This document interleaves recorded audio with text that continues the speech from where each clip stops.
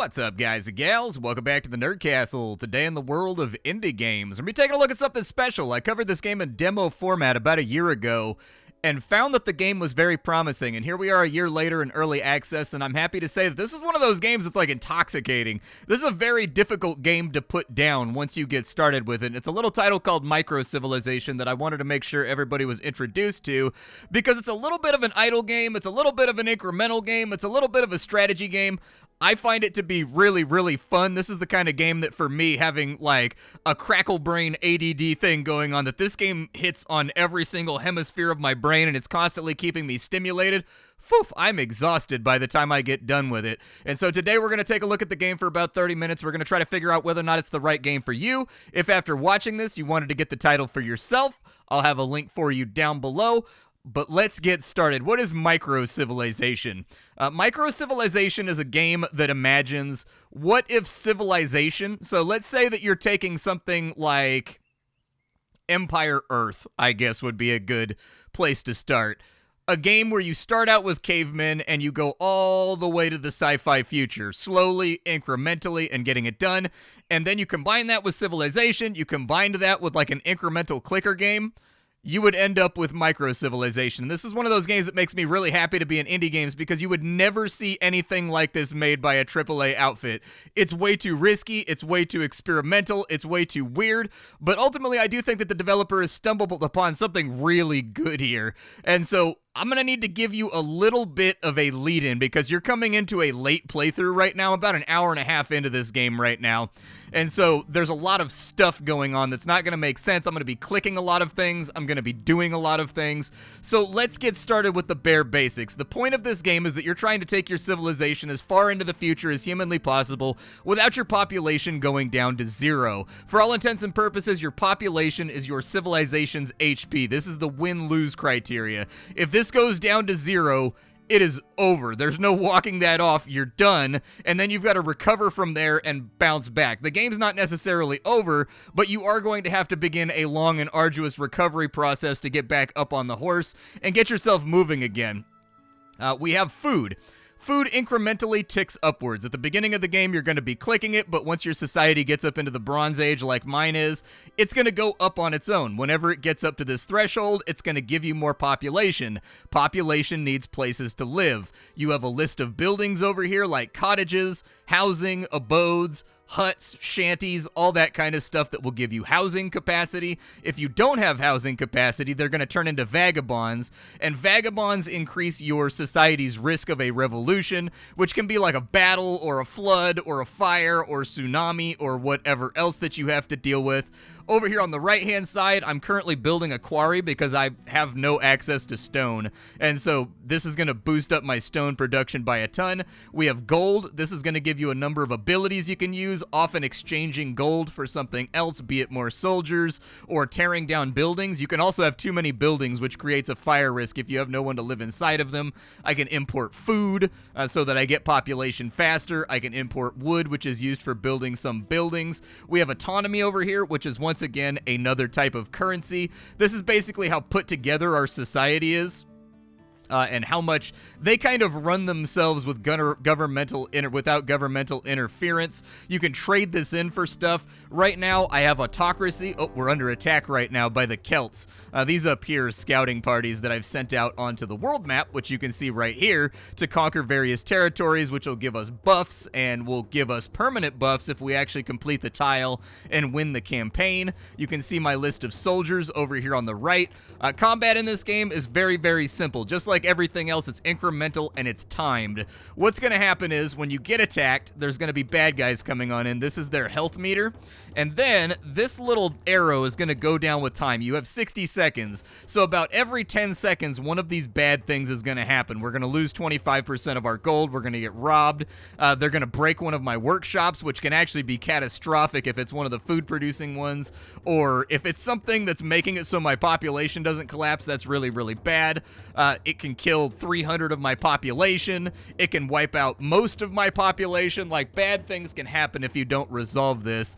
And this is as a result of I was scouting a neighboring tribe, and apparently they are not friendly. I knew that they were not going to be friendly. When you scout a location, this game does a really good job of telling you exactly what you're going to get, and in fact, that's supposed to be taken into account because I did this on purpose. Not for the film, or not for the video, but because I need more housing, and my reward for this quest is that I get 500 houses. And so, level 10 Celts. That's how combat works. Down here we have everything from militia to hoplites to stone walls, for example. I can use a stone wall and it will cancel out some of these bad things that happen. Right now my current stone wall has a chance to cancel 1 to 2 of the bad things that are going to happen down here. And when that bad thing happens, instead of happening to me, it deals damage to the enemy.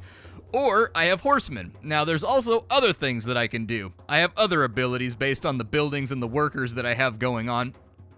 I have this right here, which will make my next unit deal double damage.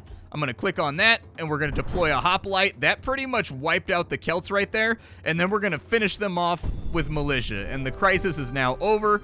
Our rewards will be put at the top of the screen. I'm just going to get rid. We'll talk about heroes in just a second. This game has layer upon layer upon layer of complexity and things that you're working on, and there's some really smart decisions in here that we're going to get to. This is one of those videos where I'm going to spend a lot of time explaining and not a lot of time playing. I got my houses right there, which is good because the vagabonds are piling up, and you will see this number start to go down as they begin to inhabit these locations. I've got another battle coming up, but I didn't really use anything too important to deal with that last battle, so I'm not that worried about it. Instead, I need to keep scouting enemy territories. So I have a level 13 battle right here if we go up against these guys. My goal was to convert this into a food plantation so that I have a lot of food coming on in. So we'll invade them one more time so that we have bonuses coming out from out of field. The higher your population is, the faster your research goes. Right now, my research tree is capped out for the Bronze Age, so there's nothing else for me to work on except for this endgame crisis right here. This final button is called Ascension. It's basically you winning the game. You're going to click on that. It's going to give you metagame currency. You're going to go back to the beginning of the game. You're going to look at this little map right here. You're going to spend your metagame currency to start out with more stuff or advance how far into the game that you can get. Right now, they have us all the way up into the modern world, but future has not been implemented yet in the current course of early access. I only have 2 of the gold lotuses right now, so I'm saving them to spend while we're on camera. But we're going to play this one as it lies because it's not necessarily always prudent to end the game right when you get to Ascension. You get rewarded for all the things you do during your playthrough, and so we get more and more and more metagame currency the longer we play and the more of the map that we conquer. And so it's going to be up to you how you want to do that. These level 11 barbarians are not really a concern. I'm just going to throw hoplites at them. And there you go. It took me 5 squadrons of hoplites in order to wipe that out. I don't think I'm going to need more housing, so I'm going to cancel that reward. I'm going to take the 3 minutes of 10% more wood, and then we've got 1 more invasion going out. I would like to conquer... Where am I at right now? I've got a tree plantation. Okay, I can get actually a research boost. That would have been helpful earlier, but I don't really need a research boost right now. More money would be nice. I'd be cool with money. However, this is going to give us risk. Risk is kind of like a little meter that exists inside the game that means every minute you have this percentage chance right here to have to fight a battle, and it can get, you want to keep an eye on that. I can cancel out a bit of this because we're autocratic, and so I can cancel it out a little bit by falling back on autocracy, and autocracy executes my population in order to reduce this risk by like 20%, but we're kind of like stacked on housing right now, so that's also, and you can see right there, like, that's where the strategy comes in, is kind of plotting out your moves on the map versus the bad things that are going to happen. Actually, I think we can make this work, because if I invade the mammoth forest, I get 15 food per second, and then if I invade this, I get more housing, and so we'll get a couple of these lined up right here, but we don't really have a whole lot of societal risk at the moment. We should be okay. Our population is growing pretty rapidly at the moment. I think I get another worker pretty soon. Workers, so there's going to be specific buildings in your society that need a worker in order to function. So the perfect example right here is my grain mill. A worker has to work here, and for every X amount of population you have, you get a worker. If I assign a worker to work there, we get a bunch of food. There are other more interesting things too. So for example, I have this fort on the hill right here. If I assign a worker to work there, I get 3 more walls that I can have lined up. I've also got a something around here that allows me to have way more hoplites, which by the way, I need to get my hoplites moving, and in order to do that effectively, I need to put a worker on the lumber mill, because that's going to give us +8, and then I'm going to import wood over here, so I'm losing money, but I'm gaining 30 wood per second, which is going to automate this process and make it easier to get my armies replenished. Workers that are not assigned to any particular building are going to default to growing food and various technologies you research, like bows and fishing rods and stuff like that. We'll make it so that idle workers produce more and more food, and so it's not always a terrible idea to just have a couple of workers sitting around. Now, there's also a separate metagame layer to this title that I think just adds that extra texture that makes it good. Heroes. Every single time you do a quest, there's a chance that you will get a hero. They might be a corrupted hero, they might be a normal hero, they might be a legendary hero like Gandhi or Benjamin Franklin. And these guys slot into these various locations to give you different bonuses, but that's not all. There's a crafting system, so every time you get a hero, you have an option to destroy that hero, and if you destroy that hero, you get currencies of the various aspects of culture, so things like endurance, stability, strength, adaptiveness, and then from there are recipes. You can combine these guys to make like superheroes, provided that you have enough of the resources to craft them on out, or in the case of legendary, unique characters like George Washington, or something like Benjamin Disraeli, or whatever else. If you've got like legendary characters rattling around, you know, like if you've got Napoleon sitting here, but Napoleon's level is way lower than all your generics, you can also level up your legendaries if you really, really like them. Great work. This is fantastic. If it didn't have this system, the game would still be a fun, good game, but that system right there means that you always have something that you're fiddling with, and you're always having something that you're planning for moving forward into the game world map, and you do keep those heroes in between runs. That's the one thing that persists in between runs is your heroes. You keep your entire hero inventory when you go into a next game, which lets you develop faster. We've got some more Celts coming on in, huh? How hard is it going to be to vanquish the Celts? Let's go ahead and do double damage with a hoplite. And then we'll throw a couple more hoplites at them. I'll try to get my phalanxes all nice and regrown real fast. We do have more housing coming in, which is great, although that's going to get us... We have a lot of housing right now, and so if we get a little bit more housing, this number is going to turn to yellow then red, and we're going to start accumulating. Right now we have 1% risk, so not really a huge chance for any major societal failings like revolutions, tsunamis, anything else like that, but... Alright, Phalanx has got them banged out. I'm not going to take that batch of houses. I'm going to cancel out this hero. Actually, maybe I won't. Maybe I'll keep him because he gives me stone generation. And it looks like he makes my warriors attack harder. I'm going to keep him. So where's he at right now?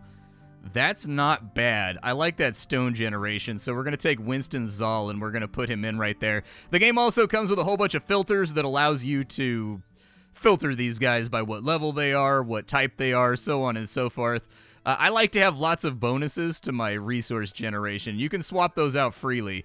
There's no penalty or anything for swapping out your characters. I still have a horseman, but we're about to fight a bunch of woolly mammoths. And so I'd like to have an army up and running before we start fighting woolly mammoths. But it's taking more time than expected to click this on out. There's also a balance mechanism. You can't click these buttons too much. If you click these buttons too much, they accumulate a thing called heat, and if the heat gets too high, bad things happen. So it'll start to glow like it's being put into a forge, and then fire will start coming off of it. If that happens, maybe slow up a little bit. There we go. We defeated the mammoths with the abilities that we had stacked up. We've got plus 15 food, which is great because we've got to fill in all this housing space. And then we've also got a buff that makes it so we have minus 5% risk, which since we only had 1% risk, that pretty much nullifies all the risk that exists inside of our society. This button right here allows me to convert one of my abilities into cold hard cash. I'm trading it for my grain. This button right here gives me 11,000 grain, but I don't really need 11,000 grain right now. I'm growing my own crops and everything is perfectly fine inside the context of my society. So why worry about it? I'm going to finish off some of the remaining buildings that exist inside of our society, and then I will come back when I'm ready to take on the Endgame crisis, and then we'll ascend, and then you'll see what a fresh game looks like going from the beginning of the title. My army's restocked, and I think we're ready to go after the Endgame crisis right now. I conquered a couple more things on the map and converted them into farms and outposts and stuff like that. So we should be in good shape for the most part, I think. Let's go on over to the tech tree and let's kick off this crisis. The Great Slave Revolt. Okay. Let's see how we do with walls. Walls, we did all right. We got like, I think about half of them gave us double shields. So we've got time to play with on this one before it starts falling apart, I would think. All of my resources are good to go right now. We're not dealing a lot of damage to this guy. Okay, so we're going to have to think this one out. What I would like to do then is this makes my next ability play twice. I'm going to make it so my next 2 attacks deal double damage. I'm going to do that again. We're going to deal some damage right there. We're going to do it again. We're going to deal some damage. I'm going to throw my militia at it. And then we're going to have to figure our situation out. So I think we're going to need stone mining before everything else. We're going to need some stone walls to come on in. Luckily, I've got these things right here, which allow me to get deliveries of stone, which is coming from my quarry. That's what that ability did. So that allowed me to get 4 more walls back. And we got double shields on all 4 walls. We made a 50% roll 4 times in a row. You saw it here first, chat. You saw it here first. The other thing that we're going to need to do is I do have wood deliveries, so give me the phalanxes. And that'll fill up my phalanxes one more time. And we're just going to have to keep slugging on this thing. Now, I need to reconfigure my society. Let's get rid of the stone mining. We'll turn on wood, so that takes us up to 10 wood per second. However, that's still 35 seconds per phalanx that we get on out. What does this do right here? That's a new button. Amphitheater. Hero, 25% corruption. What did that do? I don't know what that did. Oh, it gave me a new hero. Apparently, it's just a dice roll to see if we get a new hero. That's the benefit of the amphitheater, I guess. Okay, so that gives me more wood per click, and that gives me more wood per click. Plus 50% per click. What's my click right now? 3.5. It'll give me 5. I mean, I can swap him in for a second. He doesn't need to be there permanently. It'll help for now. Come on. Click it on out. Click, click, click, click it on up. Click, click, click, click it on up. Let's go. Technically, there was another thing I could have done where I could have said double damage. I could have gone double ability, double damage, double ability, double horses if I wanted to. There was a better play that I could have done there to get more mileage on out, but it's okay.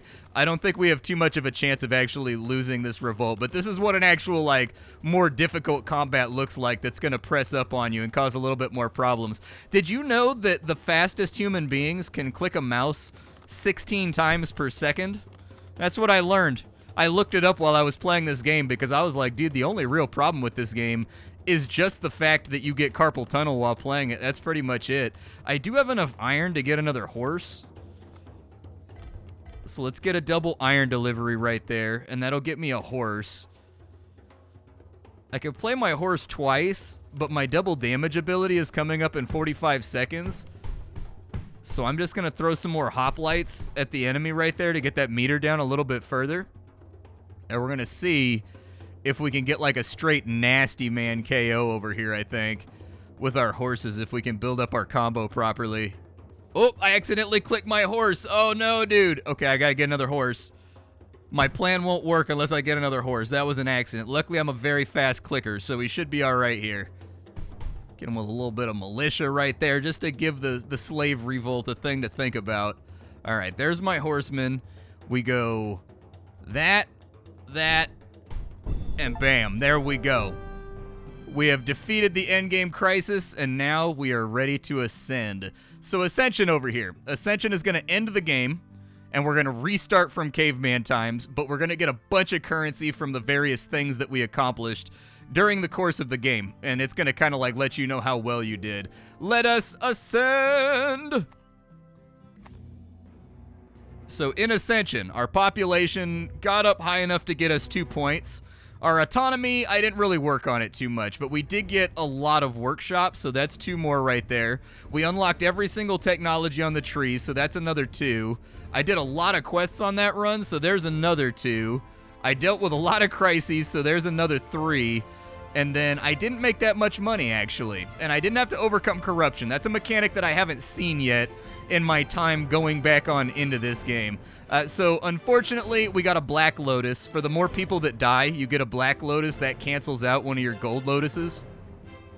And so we're actually going to have 10 at the end of this. So there you go. And that's how the game ends right there. And then it's going to take you to this tree. Obviously, I'm going to unlock the medieval era because that's rad as hell.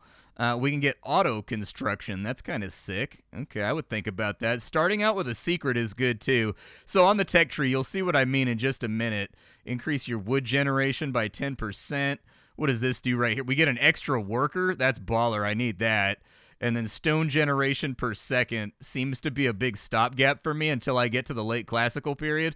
And so that sounds good. And we're going to start a new civilization. So we've finalized our ascension. Look at this wide open grassy field that we've got right now. We started out with 5 houses, so we got to get our research started. We're going to invent fire real quick.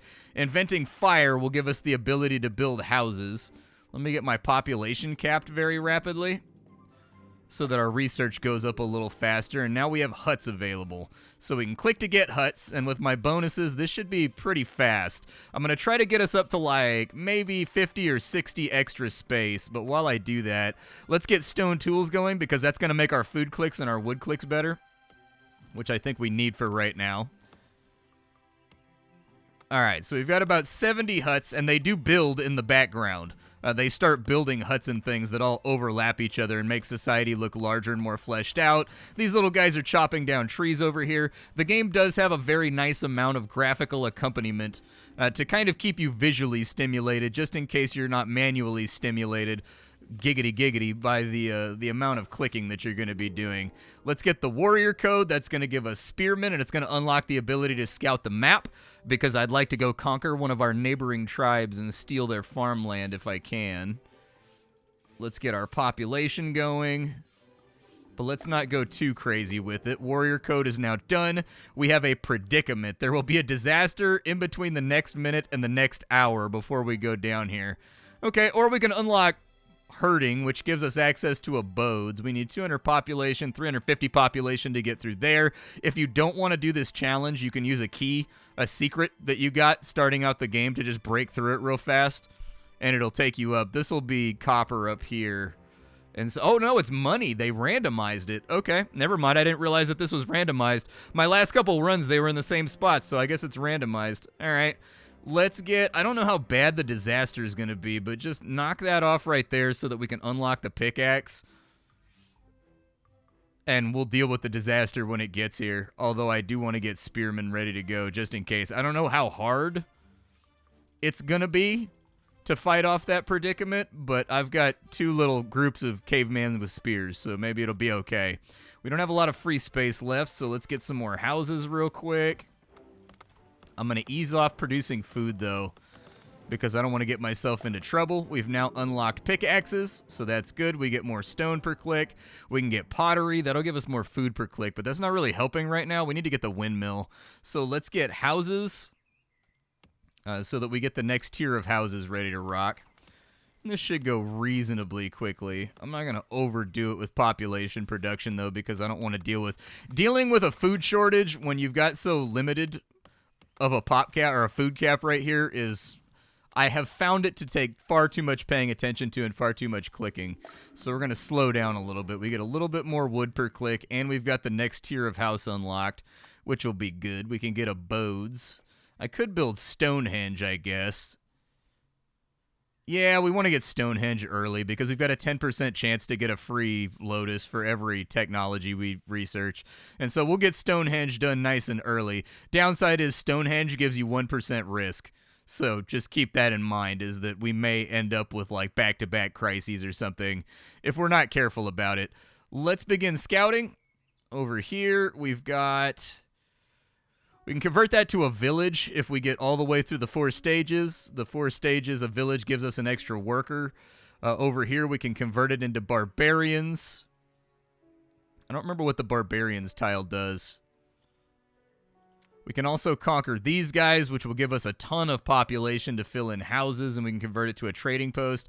That's the one that I wanted. I want to convert this into farmland so that we've got food coming on in. So we'll start relocating these guys from their village to a grave plot in order to convert their land into a beautiful, vibrant field full of wheat and oats. Technology's done. So we now have dry storage and a windmill. The windmill is going to give us plus 12 to our overall food, and so that'll get us cooking again with population. In fact, it may be difficult to stay on top of it once we get this done for a little while. While I'm doing that, I always forget to queue up a new research. So there's a unique crisis right there. We can get pottery on this side, or we can get money. Yeah, let's start getting money, but money gives us a risk. So this game sorts its technologies out. Let's go autocracy just to lower that to a 21% because we have another fight coming in too, and I'm a little bit worried what that's going to mean for us. Let's get the windmill done as fast as possible so that we're replacing that population that we're losing due to executing political dissidents right now. That's done, so we actually didn't get any crises right there. And now our population is growing good and solid. That's what I like to see.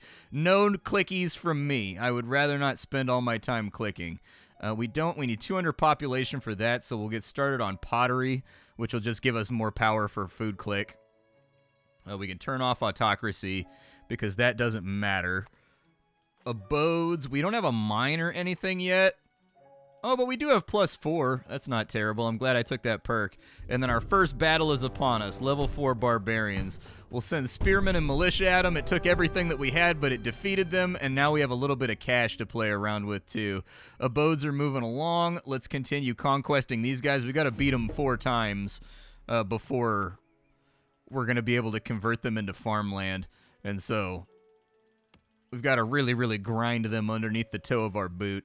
All right, so we've got our spears up and ready to rock. I can make a dry storage? Yeah, dry storage will give me more soldier cap, and this next fight is twice as hard as the last one. And so I would like to have storage cap here. I think I need to man this with a worker, though, so we're going to take a little bit of a food hit when we finish that off.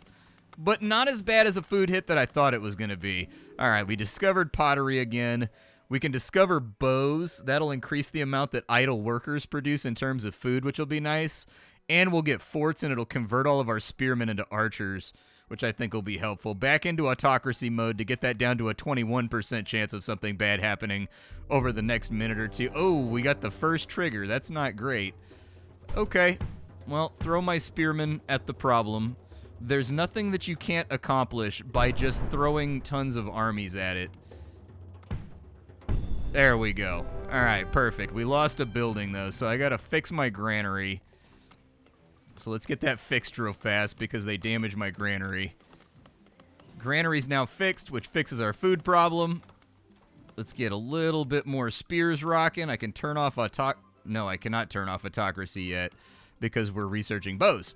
But I should be able to have 5 spearmen, which will help out.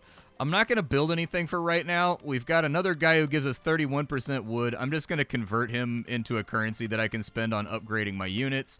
And hopefully we don't get any more events while this is researching. Sometimes you get lucky. Sometimes you don't get any events while this is researching. Sometimes you get like 3 bad events in a row and you just got to kind of roll with it. Sometimes you get wiped out. It is what it is. Part of the game. It's part of the fun. I would like to limit how much I'm using autocracy, though, because it is killing a lot of population. I don't want to get black lotuses at the end of this adventure. But I also don't want that chance for bad things to happen to go up. Maybe I'll build a couple of abodes. Let's convert some of our houses into stone houses. There we go. Let's get those moving. And that gives us 96 free space. We've got level 5 barbarians that we're fighting.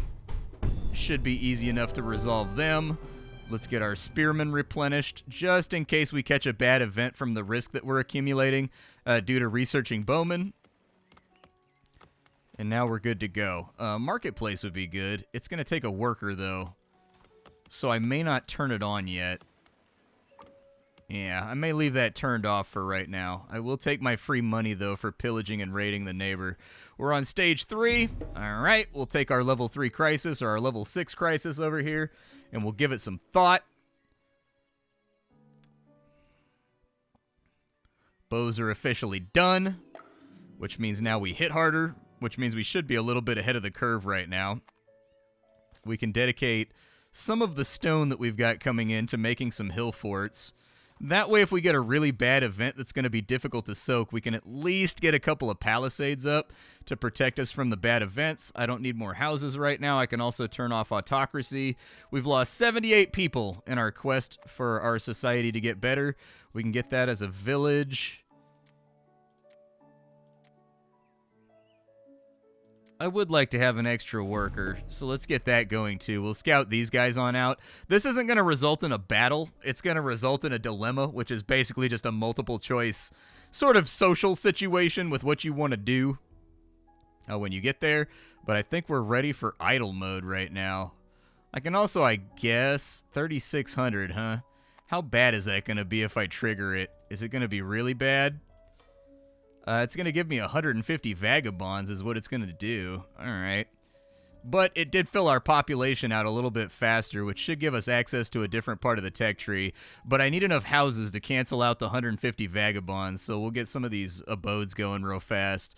And then while I'm waiting on that, we can break that, no problem. This will make our food more efficient. So this number will go up as we get there. And it was basically like an instant research, so I'll take that for sure. We can go up to the Copper Age right now. It should go pretty quickly, so there's a pretty limited chance we're going to get a bad event here. And the Copper Age should resolve some problems for us by making us more food efficient. Since the research is going so fast, I'm not going to worry about consequences over here. We got a forest hut. We got a barracks. The barracks is good because I think it gives me pop cap for my archers. Get that started. It's just wood. Actually, no. Get the forest hut going first, because the forest hut is like instant completion, and that'll allow us to start generating a lot more wood. Then we can go for the barracks, just to make this a little bit more effective. I've got no free space. My archers defeated the barbarians, so that's fine. 10% wood bonus right there. Let's bang out this barracks real quick, so that we can get back to banging out abodes to get rid of the vagabonds and keep our population growing. However, we are going to have food problems pretty shortly, I think. It's okay, though. We're all right. Things look okay. And now I can get wood donations, too, from this little ability over here. These abilities only charge up so long as you have workers assigned to these areas. You have discovered a foreign village and they eat people alive. In fact, they ate your previous expedition. Okay, we can defend our sweetbreads. We can leave as quietly as possible. Let's just defend the sweetbreads. I don't think these barbarians are actually going to be that big of a problem, because I can spit out another archer real quick to finish them off. There you go. They died hitting our walls. And then we lower our risk for a little bit, too, which is nice. What else do we have around here? I still need this village to be converted into farmland, because that's going to fix the food problem that I saw coming, because I've played through this now 3 or 4 times. But I think this game is great. Microcivilization is fantastic. My only complaint about it is that it's hard on the wrists. That's about it. I got to like do some random carpal tunnel stretches after I get done playing this game, because you're going to be doing a lot of clicking. Not a game for people that are allergic to clicker games, but a very, very good clicker game that happens in real time, that doesn't require you to log off the game or anything for stuff to happen in between sessions. Like, it's basically a highly accelerated clicker game that doesn't require you to like not look at it for a couple days to make progress. I like it. I think it's great. I have no qualms about this title. I have no problems recommending it. I think it's really, really good. The developer has followed through on his early access promises and has been releasing patches. Looking at the patch cycle, it looks like he's releasing something monthly that adds tangible content to the game. And as of right now, you'll get a lot of hours out of this one, because, like, it's going to take me a while to get all of the technologies and keep running over and over and over and over again. I can't recommend it highly enough if you're into this kind of stuff. This is a really fantastic title. I'll see y'all later. Thanks for stopping on in. This is Microcivilization. Thanks for hanging out, and that's all I got for you, folks. Bye.